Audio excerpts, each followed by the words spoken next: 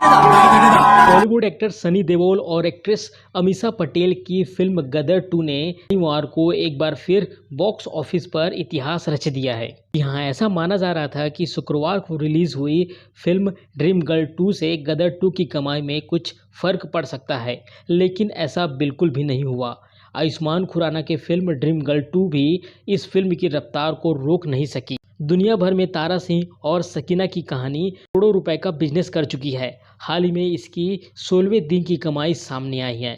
एक रिपोर्ट के मुताबिक फिल्म ने शनिवार को 13 करोड़ की कमाई की है। बीते 5 दिनों से गदर की कमाई में कमी देखी जा रही थी, लेकिन बीते दिन के मुकाबले शनिवार को फिल्म ने दोगुना कलेक्शन किया। अब फिल्म की कुल कमाई 440 करोड़ हो गई है। वही उम्मीद की जा रही है कि रविवार को यह फिल्म घरेलू बॉक्स ऑफिस पर 450 करोड़ का आंकड़ा छू लेगी। वर्ल्ड वाइड बॉक्स ऑफिस पर इस फिल्म के जो कलेक्शन हैं वो आज 575 करोड़ रुपए के आंकड़े को पार करते हुए नजर आ रहे हैं। गदर 2 की बात करें तो ये साल 2021 में आई फिल्म का सीक्वल है।